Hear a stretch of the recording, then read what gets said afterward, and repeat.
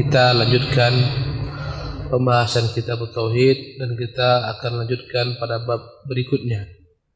Berkata Syekh Muhammad rahimahullah, babun minasyirki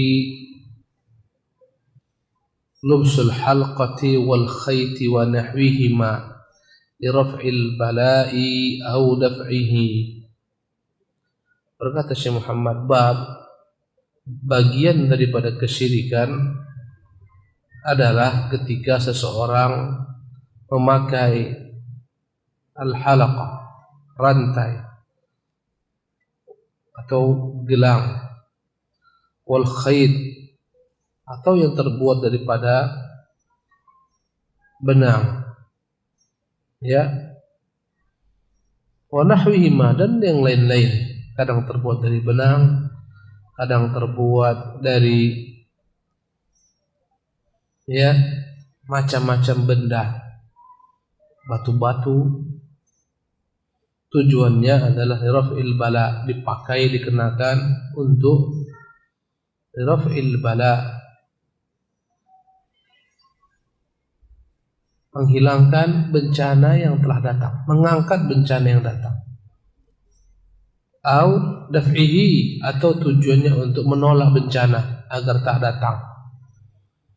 Jadi bagian daripada kesyirikan ketika ada sebagian orang memakai, apakah dia gelang, apakah kalung, rantai, ya, yang terbuat dari macam-macam, mungkin dari benang, dari tali temali, ya, kadang dari batu-batu yang diikat-ikatkan. Tujuannya adalah untuk menghilangkan bala bencana yang telah tiba padanya, datang padanya, seperti penyakit, ya,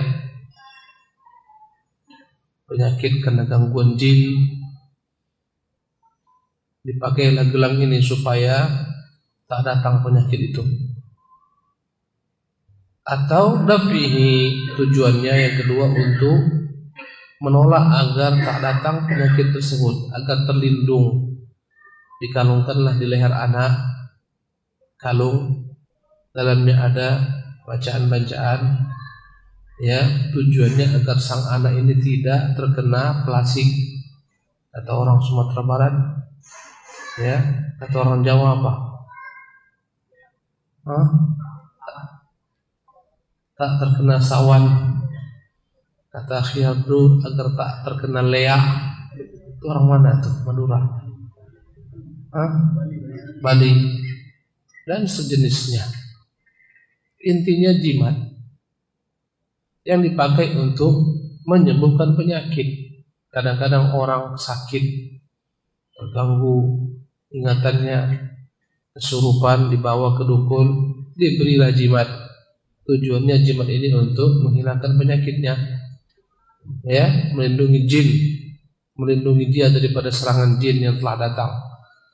Jadi tujuannya untuk menghilangkan penyakit yang telah datang atau untuk tindakan preventif. Apa itu? Menjaga agar jangan sampai dia terkena. Sebagian orang-orang di kampung-kampung, dan ini bukan penyakit orang kampung, orang kota juga sama.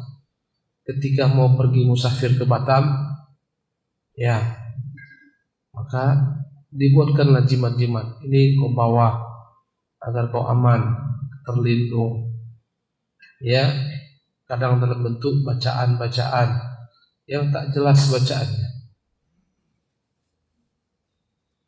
Ini semuanya minasyirki, bagian daripada kesyirikan. Di mana letak kesyirikannya? Karena dia bergantung kepada makhluk yang tidak bisa mendatangkan manfaat atau menolak mudarat. Karena akidah seorang mukmin, akidah seorang muslim, bahwasanya tidak ada yang mampu menolak mudarat, mendatangkan manfaat kecuali Allah.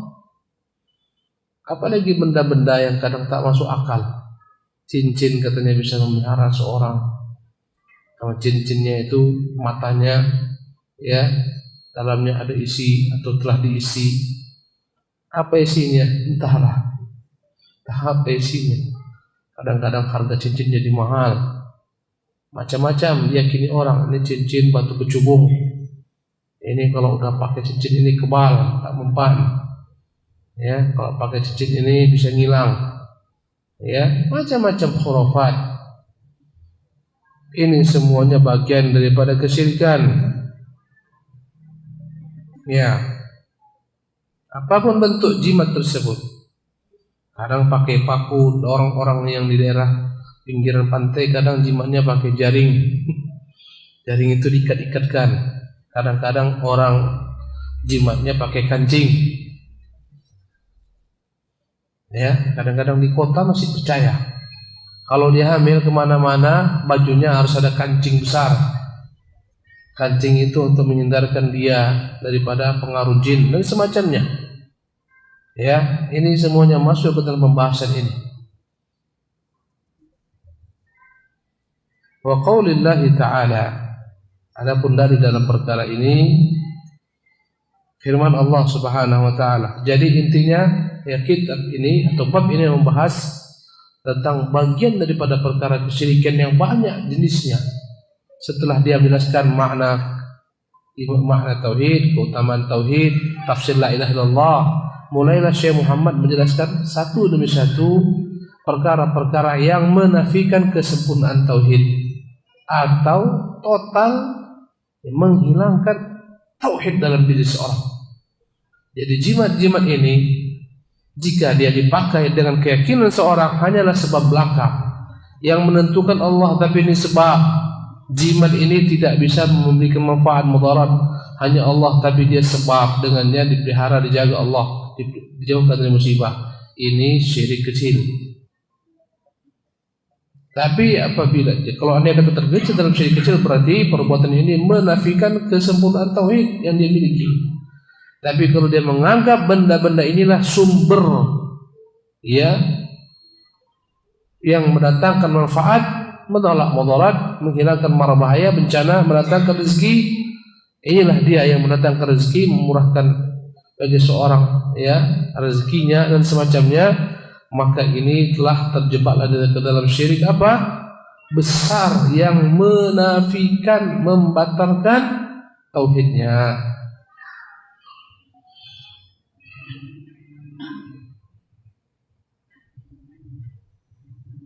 Jadi inilah dia. Kalau dia meyakini ini yang menjadi sebab, inilah yang menjadi sebab mendatangkan manfaat, menolak mudarat, syirik besar. Kalau dia mengatakan yakini Allah Jalla wa Ala dengan perantara benda-benda ini mendatangkan manfaat, menolak mudarat, ini syirik kecil. Karena Allah enggak pernah jadikan benda-benda sebagai sebab untuk mendatangkan manfaat, menolak mudarat. Dan syirik kecil adalah merupakan sarana menuju syirik besar.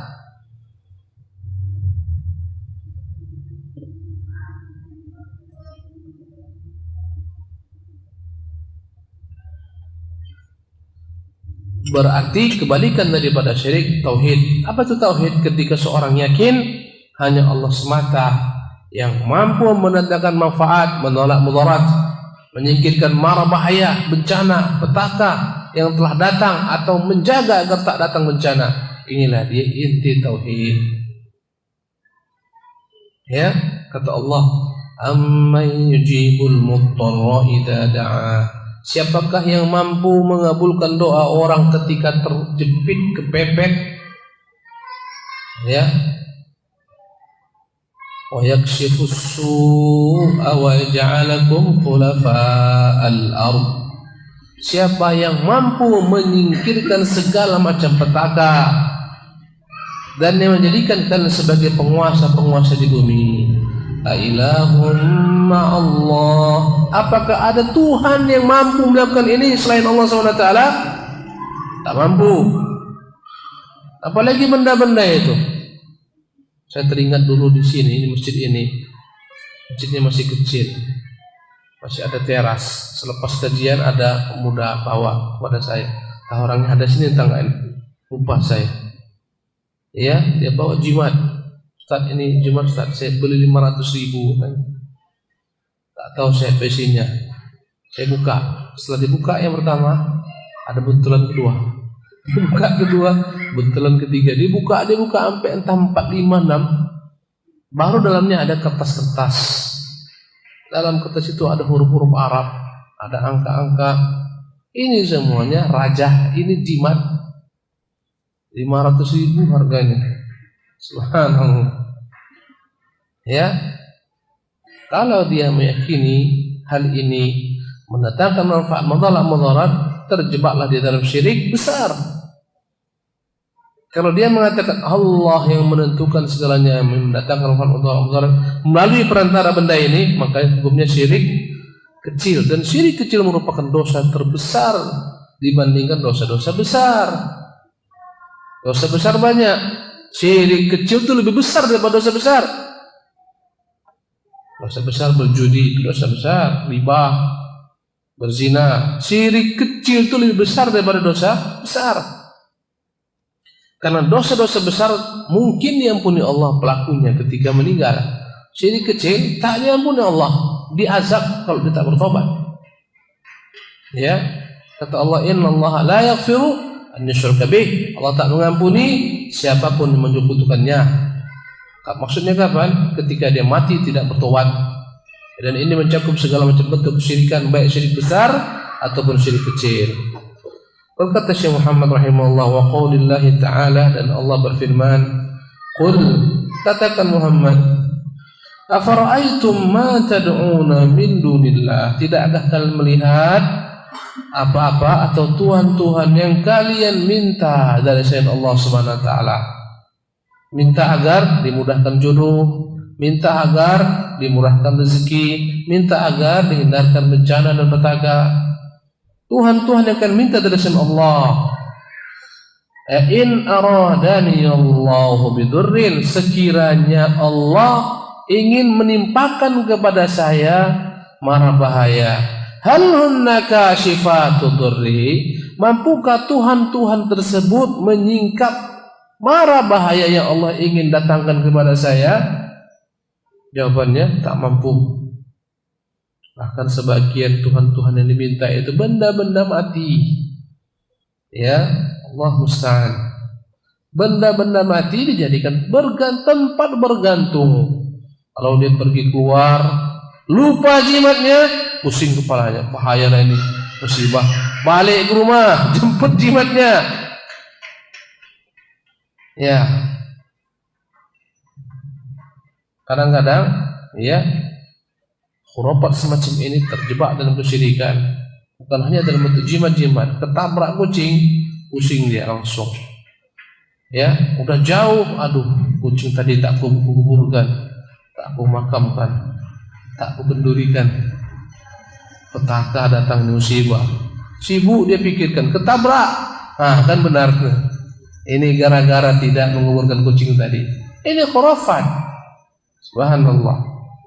Tak ada kaitan antara kucing yang ketabrak dengan musibah yang menimpanya. Mungkin karena ketakutannya akhirnya tak fokus, akhirnya tabrakan. Ya. Allahu Akbar.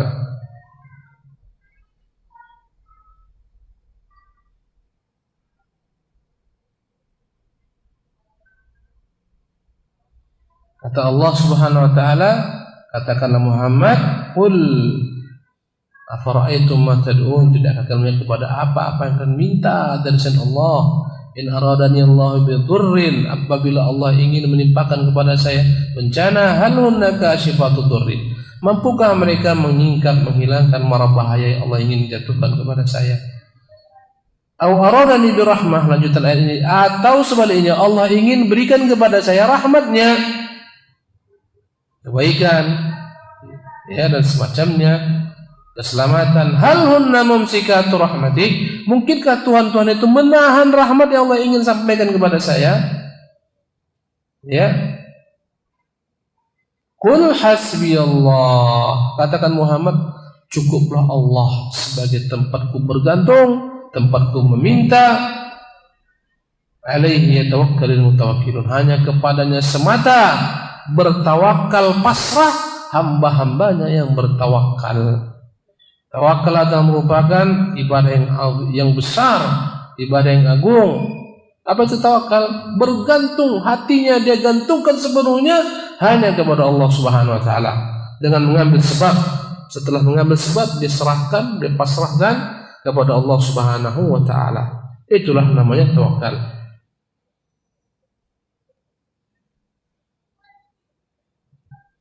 Jadi ayat ini membantah kaum musyrikin, orang-orang tergelincir dalam kesyirikan, bahwa Tuhan mereka itu tak bisa apa-apa,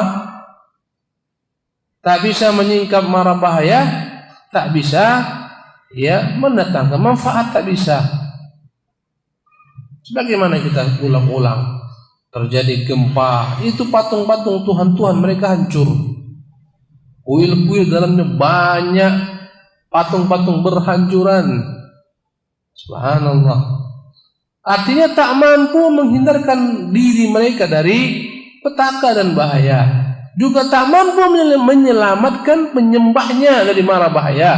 Kadang-kadang penyembahnya cedera karena kena patung Tuhan, jatuh Tuhan menimpa kepalanya berdarah. Ya, dalam satu acara digiring Tuhan mereka dalam bentuk patung. Ya, jatuh Tuhan tuh kena kepala, berdarah. Subhanallah, Tuhan mencelakai. Allahu Akbar. Lihatlah bagaimana mereka sembah Tuhan mereka, sujud di sana, mereka usap-usap, mereka sapu-sapu, mereka cium-cium patung tuh. Allahu Akbar, tunduk-tunduk cium. Pas cium jatuh kena kepalanya. Allahu Akbar. Ini kata Tuhan, jangankan menyikap bara bahaya, diberai lalat pun tak mampu dia untuk menepis lalat. Subhanallah. Lalat datang penuh dengan tai lalat, tak bisa dia. Ya. Subhanallah. Bagaimana kisah Amr bin Jamuh? Ya, pemimpin Ansar setelah masuk Islam putranya, dia punya berhala. Dihormatinya, dimuliakannya, dipujanya. Malam hari putranya dengan sahabatnya Mu'adz, mereka curi itu patung, mereka campakkan ke dalam tong sampah. Pagi hari sibuk Amr bin Jamuh keliling kemana-mana, mana patung Tuhanku ini, sampai akhirnya dapat dari tong sampah, bau, busuk, dibersihkan, dicelanya, siapa yang kerja kepada engkau Tuhan, dikasih parfum, diletakkannya lagi, kurang asem ini membuat seperti ini, aku beri pelajaran kalau aku tahu siapa yang mencurimu. Malam hari tidur dia, dicuri lagi, campakkan lagi, pagi hari lihat Tuhannya hilang. Tuhan hilang, datang langsung ke tempat sampah, marah dia, dibersihkannya kembali. Malam yang ketiga diletakkannya pedang. Tuhan, aku tak mungkin sepenuhnya menjagamu, ini pedang, kau bela dirimu. Malam hari diambil tuh patung, dengan pedang sekalian diikatkan, ada bangkai anjing diikatkan semua, masukkan dalam tong sampah. Pagi hari dia lihat Tuhan sudah terikat dengan tong sampah, dengan anjing bangkainya. Subhanallah. Dia bilang, tak guna kau sebagai Tuhan, dirimu aja tak mampu kau lindungi. Akhirnya masuk Islam. Ada anekdot itu mendengar. Ada seorang pencuri di kampung, terkenal pencuri. Subhanallah, dahsyat. Akhirnya dibawa oleh sang ibu ke alim ulama mereka, maksudnya supaya dinasihati, tolonglah nasihati anakku ini. Jadi ketika itu alim ulamanya bertanya, "Hai fulan, di mana Tuhan? Di mana Tuhan?" Seketika mukanya pucat, lari dia terbang langgang, berjumpa dengan abangnya di luar. "Kenapa mukamu pucat?" "Kacau bang, Tuhan hilang, dikira aku mencuri."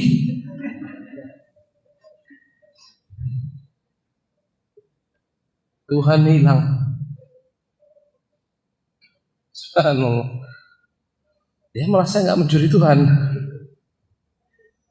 Inilah yang disembah.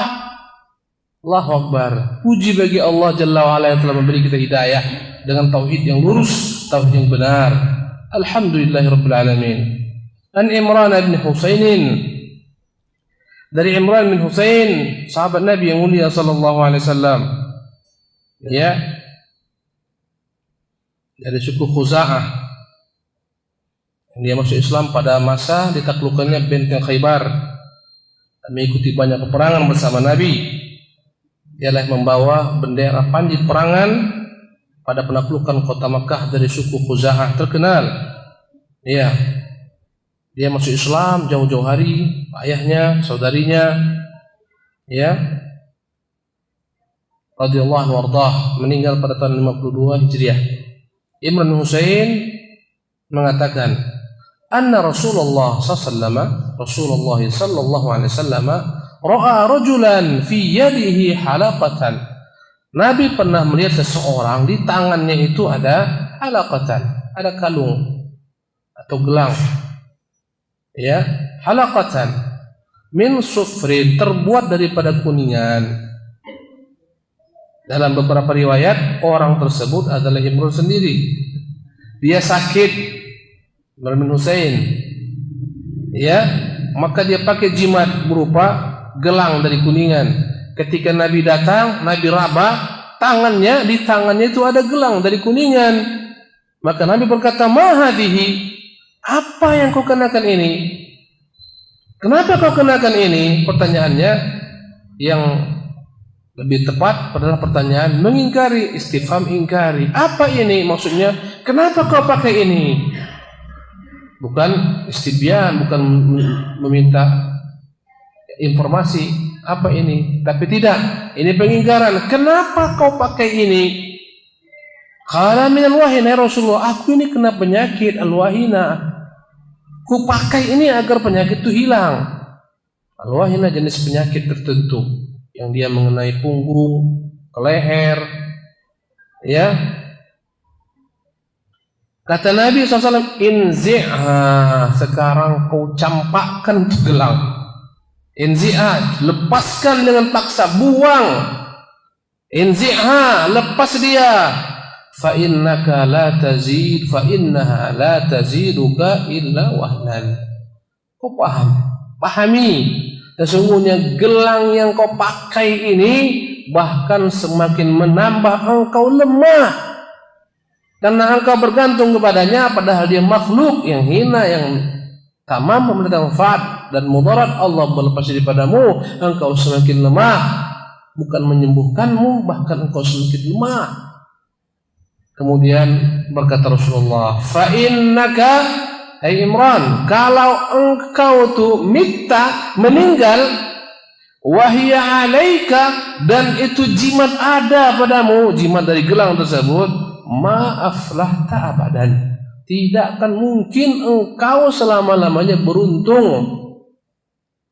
Tak beruntung kau, dunia akhirat tak beruntung. Masya Allah. Hadis rawahu Ahmadu bisanadin la ba'sa bih. Diriwayatkan Imam Ahmad dengan sanad yang tidak mengapa. Disahihkan Ibnu Hibban, Imam Hakim, disepakati Imam Zahabi. Ya, juga diriwayatkan daripada Abu Amir Al-Harraz dari Hasan semacamnya. Ya. Jadi hadis ini adalah pengingkaran Nabi SAW kepada sahabat yang memakai jimat. Ya. Dan ini menunjukkan wajibnya mengingkari orang yang tergelincir dalam kesyirikan, siapapun dia. Ya. Harus ingkari.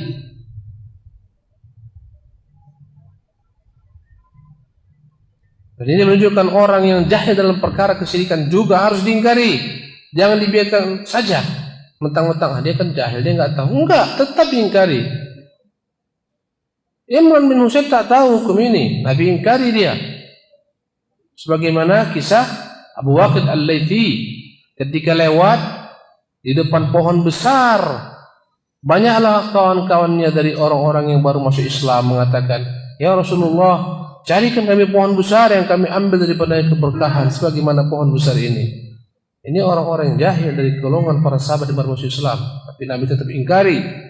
Kata Nabi, yang kalian minta ini sama dengan permintaan Bani Israel. Kepada Musa, wahai Musa, jadikan untuk kami berhala sebagaimana mereka punya berhala-berhala. Subhanallah. Rawi hadis ini adalah Imam Ahmad bin Hanbal. Namanya Ahmad bin Muhammad ibn Hanbal bin Hilal. Ya. Asy-Syaibani adalah imam yang terkenal perawi hadis ini, Nasirus Sunnah. Dikatakan dialah yang telah menolong sunnah Nabi yang mulia SAW pada masa dinasti Bani Abbas ketika kerajaan dikuasai oleh kaum Ahlul Bid'ah dari Mu'tazilah. Ya, Al-Alim Rabbani Abu Abdullah Asy-Syaibani, dialah seorang alim ya Rabbani, kunyanya Abu Abdullah Asy-Syaibani Al-Marwazi Thumma Al-Baghdadi, ulama di zamannya. Subhanallah. Wa a'lamuhum bil fiqh wal hadis, yang paling alim di zamannya tentang fikih, tentang hadis. Wa ashadduhum wara'an wa mutaba'atan li sunnah, yang paling wara', yang paling komitmen mengikuti sunnah. Berkata salah seorang ulama Ibnu Nuhas, "Anid dunya ma kana asfarahu." Dari dunia betapa sabarnya dia dengan godaan dunia. Bayangkan Imam Ahmad bin Hanbal diuji dengan penjara bertahun-tahun, sabar. Dipukul, dipecut, kalaulah dipukul unta dengan pukul tersebut, unta itu sudah mati, tapi dia tetap tegar. Subhanallah. Setelah habis masanya, berpindahlah kekuasaan kepada ahlu sunnah, dimuliakan. Subhanallah. Dikirimkan oleh penguasa ketika itu 1 kantong uang emas dinar ke rumahnya. Subhanallah. Ya, dia tak peduli, dibilang sama anaknya, kau balikkan sana, balikkan kepada pengawal, saya tak butuh uang dari penguasa. Ya, saya cukup dengan apa yang saya miliki. Ya, kemudian sebagian diambil anaknya, tak dibalikkan sepenuhnya. Marah besar dia, diboikotnya anaknya. Inilah dikatakan ya, ma'anid dunya ma kana asbarahu, sabarnya dia dengan terhadap yakni godaan dunia. Ya, wabil madina ma kana asbaha, alangkah miripnya dia dengan petunjuk cara yakni akhlak orang-orang terdahulu dari golongan sahabat, tabi'in.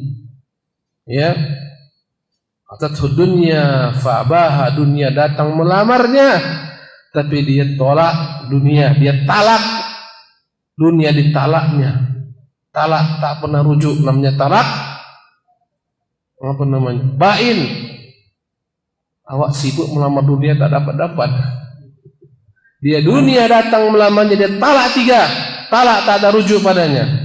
Kalau awak ni kadang-kadang mau menolak dunia, talaklah ke dunia, besok dah sibuk lagi melamar dunia. Allahu Akbar. Dan dia benar. Ya. Di tangannya masyarakat kaum muslimin, kalau dia suruh memberontak, berontak. Subhanallah, tapi tidak. Dia di atas sunnah Nabi SAW, disiksa, dipecut. Ketika itu kaum Khawarij memberontak, ya, maka dia perintahkan kaum muslimin dari luar, yang di luar penjara, membantu pemerintah menghadapi kaum Khawarij di masa itu. Subhanallah. Ya. Sabar dengan ujian. Dikatakan bahwasanya raja paksa dia untuk mengatakan fatwa Quran itu makhluk, tidak kekal. Ya, dipaksa, kalau enggak dipancung. Subhanallah. Apa kata Ahmad bin Hanbal ketika aku dibawa untuk menghadap Al-Gojo, aku berjumpa dengan seorang pencuri yang juga sama-sama dibawa. Dia katakan, hai Ahmad, aku ini pencuri loh, tapi aku sabar di atas kesesatan. Maka kau sabar di atas kebenaran. Kata dia, tak pernah aku dapat nasihat lebih dahsyat daripada nasihat dari seorang pencuri. Aku sabar. Aku ini ditangkap, dipukuli dalam kesesatan. Sabar. Kau harus lebih sabar. Kau di atas kebenaran. Subhanallah. Ya. Didatangkan pena, didatangkan tinta. Ini kau buat fatwa Quran makhluk. Dibilang sama muridnya, kata murid-muridnya, wah imam, engkau terpaksa lain hukumnya. Kata Imam Muhammad, coba lihat di luar sana, bagaimana kaum muslimin? Di luar semua orang siap dengan pena-pena dan bukunya, akan mencatat apa fatwanya. Kalau dibilangnya makhluk, udahlah, fatwa guru kami, imam kami makhluk, habis. Wah imam bahaya. Semua mereka siap dengan pena dan tinta-tinta mereka dan kertas-kertas, menunggu apa yang kau fatwakan. Kau lihat, apakah aku akan menyesatkan mereka semua? Tidak, Allah. Siapa namanya? Imam Ahmad bin Hanbal, rawi hadis ini. Ya, dia adalah murid Imam Syafi'i rahimahullah. Ya, dalam perkara usul, fiqih, ijtihad, dia banyak mengambil ilmu Imam Syafi'i rahimahullah. Tapi dalam perkara hadis sebaliknya, Imam Syafi'i banyak mengambil padanya hadis riwayat. Allahu Akbar.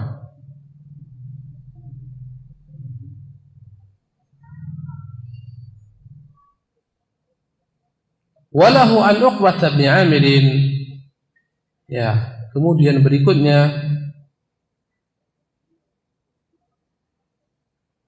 ya, dari riwayat Imam Ahmad tapi dari sumber perawinya sahabat Uqbah bin Amir marfu'an. Makna marfu'an, Uqbah mengangkatnya kepada Rasulullah SAW, tapi dia tidak mengatakan berkata Rasulullah.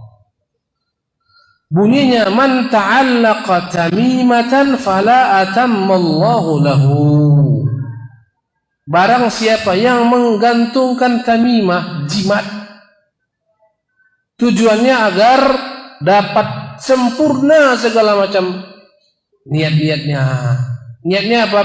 Menggantungkan jimat agar terjaga dari syaitan, dari jin, terpelihara dari kejahatan makhluk. Itu niatnya. Barang siapa yang memakai jimat, man ta'allaqa tamimatan, niatnya agar dijaga, dipelihara dengan jimat tersebut, fala atammallahu lahu, Allah tak akan pelihara dia daripada apa yang dia inginkan. Subhanallah. Fala atammallahu, tak akan Allah kabulkan niatnya agar dapat terjaga dengan benda-benda ini, dengan jimat-jimat ini.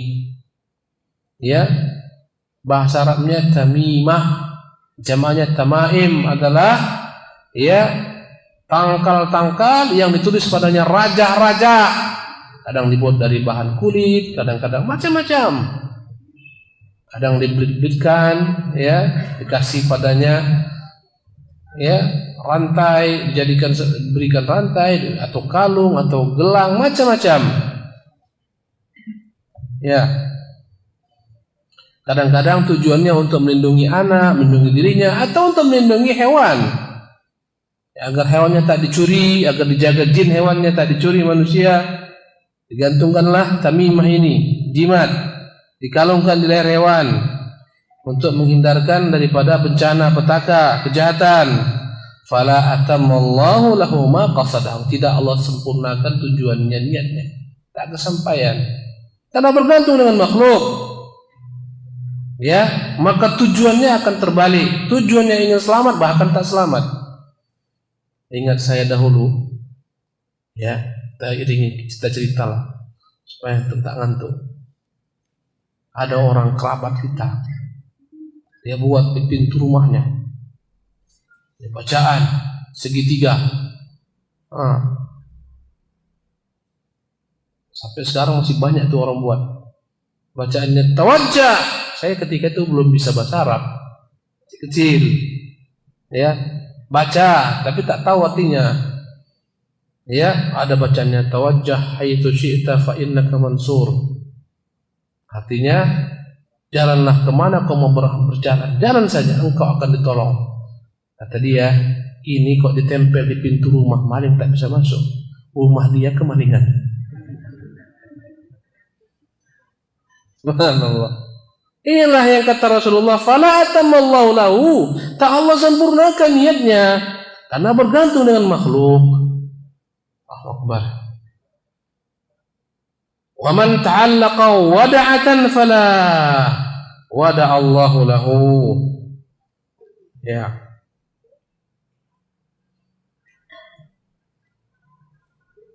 Al-wada'ah syai'un abyad. Ya. Barang siapa yang menggantungkan wada'ah adalah benda yang berwarna putih, yujrabu minal bahri, yang diambil dari lautan. Ya, mungkin sebangsa kulit-kulit kerang. Yu'allaqu fi huluqis sibyan wa ghairihim, yang dia digantungkan di leher-leher anak-anak. Ya, wa qila yushbihu sadaq, ya mirip dengan kerang atau ciput yang putih itu. Yattaquna bil ain, kata mereka ini benda dapat melindungi anak dari penyakit plastik ain, pandangan mata yang jahat. Ya, ini berarti yang mengerjainya ini biasanya yang dekat pantai, karena di sana ada kerang.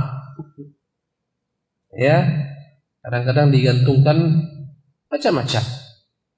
Ya, kadang-kadang bulu. Ya, bulu-bulu ayam. Dibuat macam-macam bulatan, bulu. Kita kira hiasan, rupanya jimat. Ya, agama tertentu buat itu, gantungkan. Nanti lihatlah, semua agama itu punya masing-masing jimat. Ya, digantungkan di atas tubuhnya yang warna merah-merah itu. Ya, semua agama. Orang Islam ikut-ikutan. Bedanya tulisannya Arab, angkanya Arab. Subhanallah. Ya, kadang-kadang foto-foto wali, gantungkan foto wali. Subhanallah. Yang parah kadang-kadang fotonya pun tak benar. Foto Abu Bakar, foto Umar, foto Utsman, gambar khalifah yang 4 ada digantungkan. Dari mana dia dapat itu begitu, gambar Imam Ali, Abu Bakar? Dari mana dia dapat itu semua? Kalau percaya dia, subhanallah. Ya, Allahu Akbar. Itu ilustrasi dia. Foto Husain, sebagaimana orang Syiah begitu mengagungkan foto Husain yang disebar di mana-mana itu. Siapa yang bilang dia seperti itu?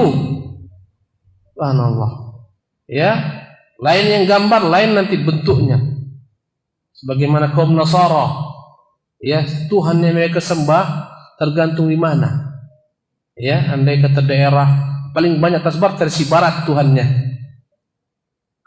Kadang-kadang versi Negro. Kadang-kadang versi yang matanya cipit. Ini semua ilustrasi mereka tentang Tuhan. Tuhan tuh, bukan Allah Jalla wa'ala. Man ta'allaqa wada'atan fala wada'allahu lahu. Ya, Allah tidak akan buat dia mampu meninggalkan bencana petaka yang ingin dia tinggalkan, bahkan datang kepadanya. Ya, dalam riwayat lainnya, wa fi riwayatin man ta'allaqa tamimatan faqad asyrak, barang siapa yang menggantungkan jimat-jimat dia telah berbuat kesyirikan. Kalau dia menjadikan ini sebagai sebab mendatangkan manfaat menolak mudarat, syirik besar. Kalau dia mengatakan enggak, Allah Jalla wa'ala yang mendatangkan manfaat menolak mudarat, ini perantara, syirik kecil. Dan ingat, syirik kecil ini lebih besar daripada dosa besar. Yang katakan Allah akan syirik kecilnya dia. Subhanallah. Wal Ibn Abi Hatim an Hudzaifah, dan dari riwayat Ibnu Abi Hatim dari sahabat Nabi namanya Hudzaifah, annahu ra'a rajulan fi yadihi khaytun minal humma. Dia melihat ada seseorang yang sakit yang dia datangi. Di tangannya dikalungkanlah ketika itu khaytun, sejenis benang, minal humma, tujuannya untuk melindungi daripada bencana. Al-humma adalah segala macam bencana, sebabkan karena sengatan binatang-binatang berbisa. Katanya ini gelang bisa membuat binatang berbisa tak akan dekat. Ya, faqata'ahu, maka seketika Hudzaifah memotong jimat itu. Wa tala qaulahu, seketika dia baca firman Allah, wa ma yu'minu aktsaruhum billah illa wa hum musyrikun. Wa ma yu'minu aktsaruhum billah, tidaklah beriman kebanyakan mereka kepada Allah illa, kecuali wa hum musyrikun, mereka musyrik. Mereka tahu beriman hanya Allah pencipta alam semesta, pengatur, pemelihara, namun meski demikian masih tetap menyekutukan Allah Jalla wa'ala dengan pengetahuan mereka. Subhanallah. Kata Ibnu Abbas, kalau kau tanya man khalaqahum, siapa pencipta kalian, fayaqulun, mereka akan berkata Allah, wa hum ma'a dzalika ya'buduna ghairah, tapi meskipun demikian masih tetap yakin bergantung, menyembah, memuja selain Allah Subhanahu wa taala. Subhanallah. Jadi ikhwati fillah rahimakumullah, ini adalah merupakan segala macam bentuk-bentuk kesyirikan yang masih banyak tersebar di masyarakat. Hanya dengan tauhid kita dapat menyelamatkan mereka. Subhanallah. Allahu Akbar. Betapa pentingnya kita belajar tauhid yang dibawa Rasulullah sallallahu alaihi wasallam.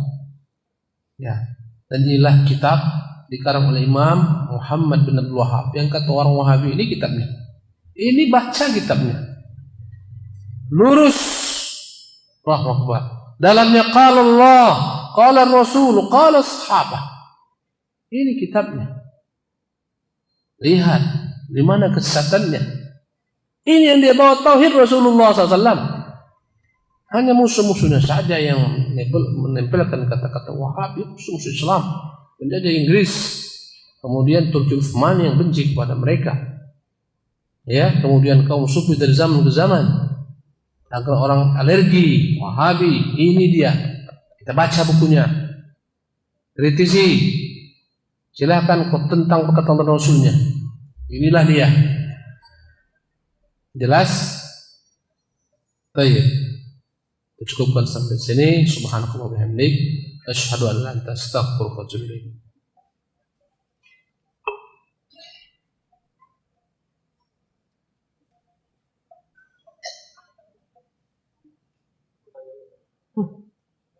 Ada pertanyaan? Hampir saya tak tahu.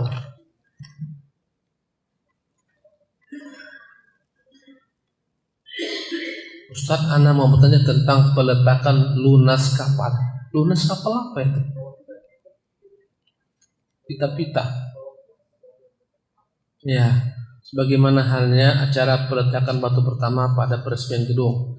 Apakah acara ini mengandung unsur kesyirikan? Di keterangan tersebut ada rangkaian kegiatan seperti penyajian tumpeng atau nasi tumpeng, aksi pecah kendi yang dibenturkan pada badan kapal saat acara peluncur kapal. Allah alam, boleh jadi ya. Ini semua ada keyakinan di balik itu semua, ada itikad, ada akidah. Ya, jika ada akidah jelas semuanya syirik. Ya, apalagi nasi tumpeng, ini nasi tumpeng dimakan atau dibuang? Ya, dimakan. Ya, andai kata ada itikad, ya, bahwasanya dengan cara ini inilah akan selamat kapal daripada mara bahaya. Kadang-kadang kembang-kembang bunga-bunga disiramkan kapal tuh, ya. Kadang-kadang baru beli mobil supaya mobil ini selamat, kembang bunga segala macam disiramkan ke atas mobil. Ini kesyirikan. Bunga-bunga itu tak menyelamatkan, ya. Apalagi tak menyelamatkan. Asuransi pun tak menyelamatkan. Allah yang menyelamatkan manusia.